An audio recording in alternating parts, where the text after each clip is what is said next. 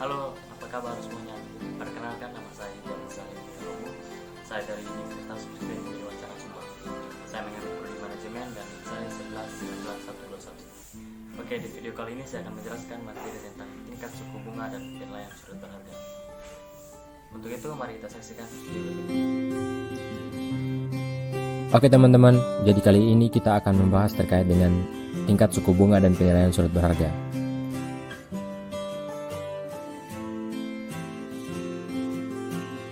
Oke, sebelum lanjut, jangan lupa ambil gelasmu dan tuang kopimu sedikit sambil menikmati video ini. Oke, langsung saja kita ke pembahasan pertama terkait dengan suku bunga. Suku bunga adalah nilai tingkat harga atau keuntungan yang diberikan kepada investor dari penggunaan investasi atas dasar perhitungan nilai ekonomis dalam periode waktu tertentu.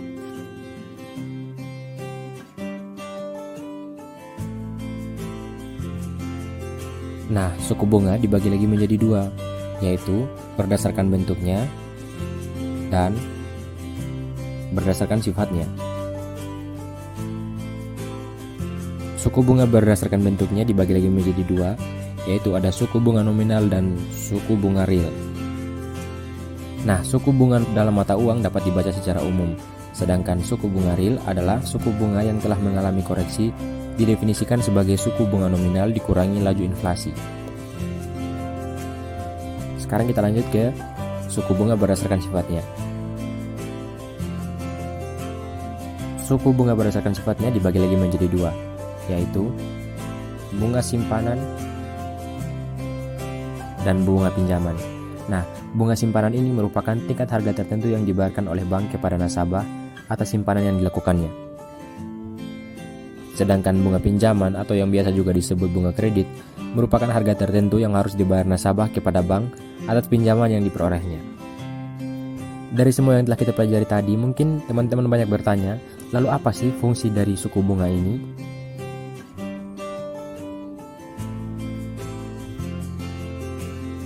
Nah, fungsi suku bunga ini menyeimbangkan jumlah uang beredar dengan permintaan akan uang dari suatu negara. Sekarang kita masuk di faktor yang mempengaruhi tingkat suku bunga. Faktor yang paling mempengaruhi tingkat suku bunga adalah jangka waktu. Nah, mengapa sih jangka waktu ini begitu mempengaruhi tingkat suku bunga? Ternyata teman-teman, jika semakin panjang waktu pinjaman, akan semakin tinggi bunganya. Begitupun sebaliknya, jika pinjaman berjangka pendek, bunganya relatif rendah. Berikut saya coba kasih contohnya. Katakanlah Tuan Igal. Tuan Igal mengajukan kredit tanpa anggunan sebesar 240 juta rupiah dengan jangka waktu pelunasan 12 bulan dan akan diberikan bunga pinjaman sebesar 10% setiap tahunnya. Rumus perhitungan yang akan kita gunakan di sini adalah rumus perhitungan flat.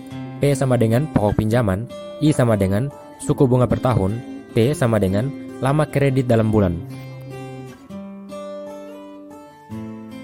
Maka, cicilan pokok per bulan sama dengan P dibagi T, bunga per bulan sama dengan P kali I dibagi 12. Total bunga yang harus dibayar sama dengan P dikali I dibagi 12 dikali T.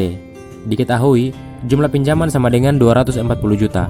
Bunga per tahun sama dengan 10%. Jangka waktu sama dengan 12 bulan. Jadi cicilan pokok 240 juta dibagi 12 sama dengan 20 juta per bulan. Bunga 240 juta dikali 10% dibagi 12 bulan sama dengan 2 juta rupiah. Angsuran setiap bulan sama dengan 20 juta ditambah 2 juta sama dengan 22 juta. Nah, dari total pinjaman tersebut setelah dihitung dengan metode perhitungan bunga flat, maka angsuran yang harus dibayar oleh Tuan Igal hingga pinjaman tersebut lunas adalah 22 juta rupiah setiap bulannya.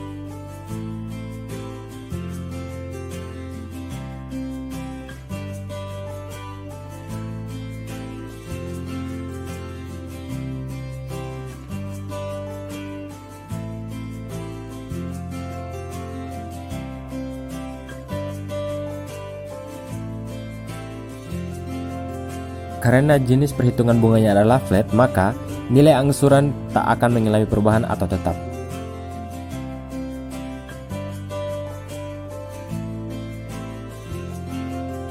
Nah, setelah tadi kita telah mempelajari tentang suku bunga, sekarang kita akan lanjut ke pembahasan selanjutnya, yaitu tentang penilaian surat berharga. Surat berharga atau commercial paper adalah sebuah dokumen yang memiliki nilai uang yang diakui dan dilindungi oleh hukum untuk kepentingan transaksi perdagangan, pembayaran, penagihan, atau sejenisnya. Surat berharga sering digunakan sebagai alat bayar dalam transaksi perdagangan modern, khususnya di kalangan para pengusaha.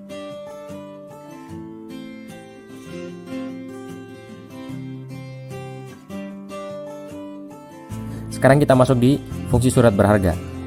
Selain dari fungsi utamanya untuk mempermudah kegiatan transaksi, surat berharga juga memiliki fungsi utama, yaitu sebagai surat legitimasi atau surat bukti tagih, karena surat berharga tersebut adalah panduan bagi si pemegang surat yang dianggap sebagai pihak yang dapat melakukan atau memiliki hak tertentu.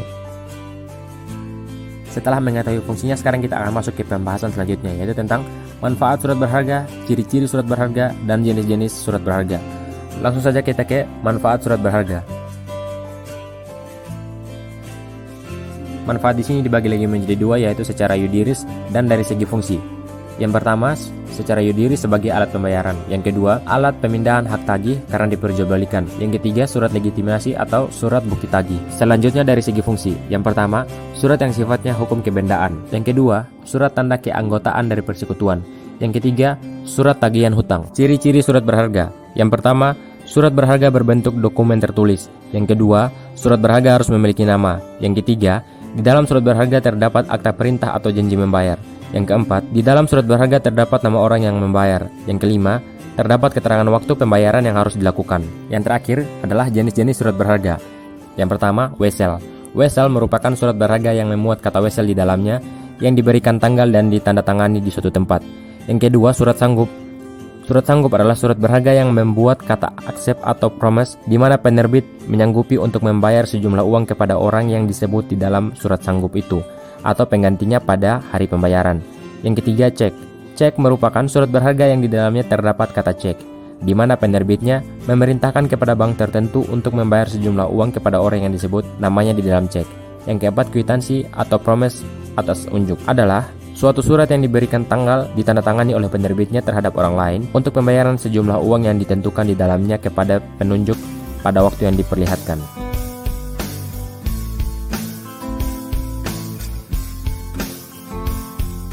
Nah, untuk teman-teman yang masih bingung bagaimana bentuk surat berharga, berikut saya lampirkan contohnya.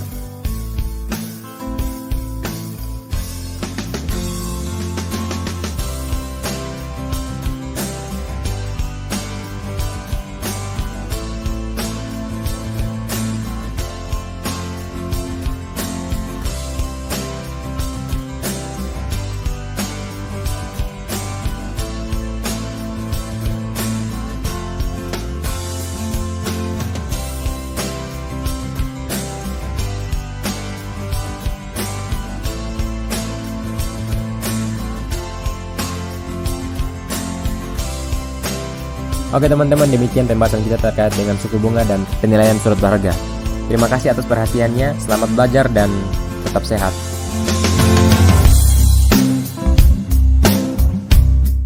Nah, itu tadi sedikit materinya. Semoga bermanfaat.